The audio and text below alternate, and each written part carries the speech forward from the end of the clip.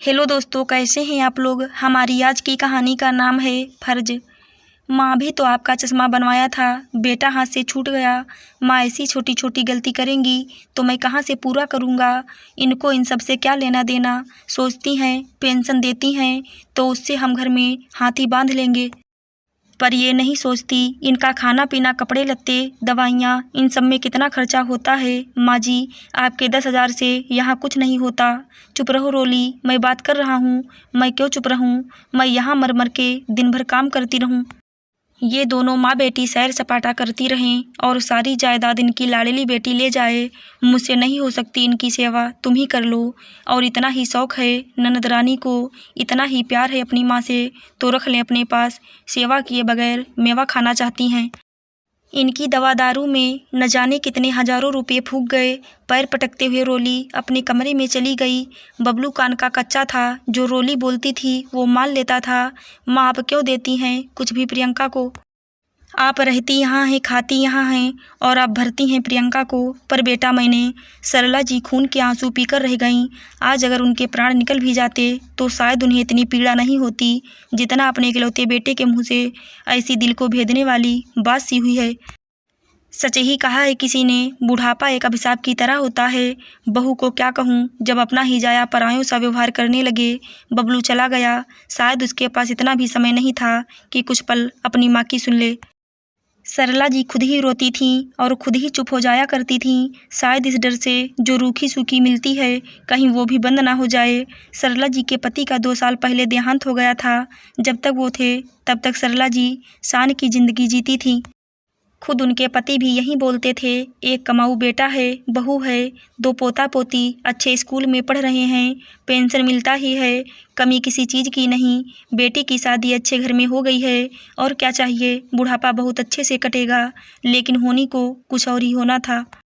अचानक दिल के दौरे से सरला जी के पति के प्राण बच ना सके। पति के जाने के बाद सरला जी अपनी सुध-बुध खो बैठीं। इस उम्र जहाँ प्यार और दुलार की ज़रूरत होती है, वहीं उन्हें बहू की फटकार और उलाहने सुनने पड़ते थे।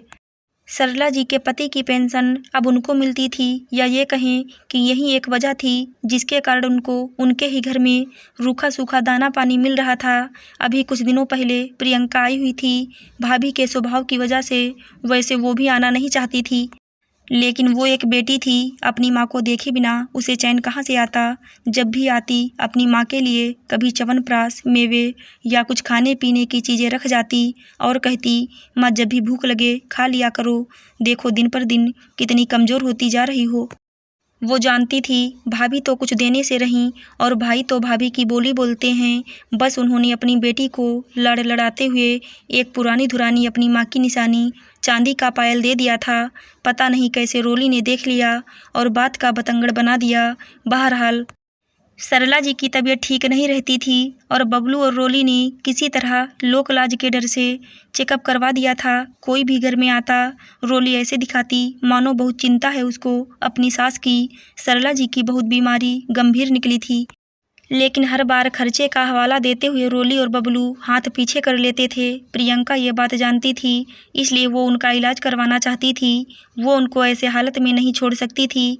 आ गई ननद रानी, मुँह बनाते हुए रोली रसोई में घुस गई। माँ चलो। कहाँ बेटा। माँ आपका सारा रिपोर्ट आ गया है, कल ऑपरेशन है आपका। बेटा तू कैसे। माँ मैं भी हूँ आपके साथ, चिंता मत कीजिए, सब ठीक हो जाएगा। दामाद जी, लगता है आज घर बेटी दामाद पर लुटाया जा रहा है, भर भर कर दिया गया होगा। भाभी कुछ तो सोच समझ कर बोला कीजिए, और वैसे भी वो मेरी माँ हैं, उनको मुझे कुछ भी देने का पूरा हक है। आपको अगर हक में बराबरी करनी है तो आप सेवा भी कर लिया कीजिए। तुम कौन सा उनकी सेवा करती हो, जब भी आती हो घर बटोर कर ले जाती हो। साफ साफ तो बात यह है ननद रानी, आप सेवा किए बगैर ही मेवा खाना चाहती हो। प्रियंका की आंखों में आंसू उतर आए। अपमान के कड़वे घूंट को पीते हुए उसने कहा, मैं आपका घर बटोरने नहीं भाभी, अपनी माँ से मिलने आती हूँ। आप क्या समझोगे भाभी, बेटियां अपने मायके सामान के लिए नहीं बल्कि अपनी हक की खुशियाँ बटोरने आती हैं। और मैं तो ले जाना चाहती थी माँ को, पर आपके ही कहने पर मैंने रहने दिया था, एक आखिरी मौका देकर। पर साफ साफ बात तो ये है, अगर ये चली गईं तो आपकी दुधारू गाय पैसे देने बंद कर देगी। फिर आपको सेवा किए बगैर मेवा खाने को कहाँ से मिलेगा। प्रियंका चुप रहो, छोड़ो, चलो हमारे साथ रहेंगी माँ। नहीं जी, आज बोलने दीजिए। माँ बाप अपना खून सुखाकर अपने बेटे को अच्छा खाना पीना, अच्छी शिक्षा देते हैं ताकि वो उनके बुढ़ापे की लाठी बने।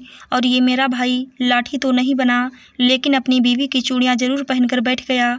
तुम्हारा भी एक बेटा है बबलू, भगवान ना करे वो भी तुम्हारे साथ। माँ मेरे साथ रहेंगी, कल उनका ऑपरेशन है, मैंने सारा टेस्ट करवा लिया है। बबलू तू शायद भूल गया है, लेकिन मुझे याद है बचपन में दादी तुझे दूध पीने को देती थीं और मुझे चावल का माड़, ये कहकर कि तू लड़का है, इस घर का वंश है, मुझे दूध पिलाने का क्या फ़ायदा, मुझे तो दूसरे घर जाना है। पता है क्यों? मुझसे ज़्यादा तेरी देखभाल हुई, तेरी अंग्रेजी स्कूल में पढ़ाई हुई ताकि तू संभालेगा अपने माँ बाप को।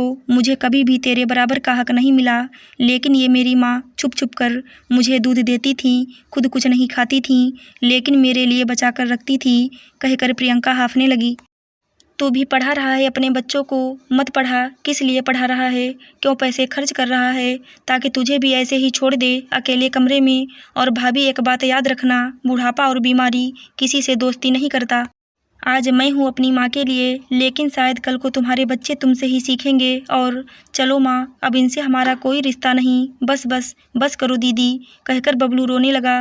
रोली मूक बनकर खड़ी थी। मुझे माफ़ कर दो दीदी, मुझसे बहुत बड़ी गलती हो गई।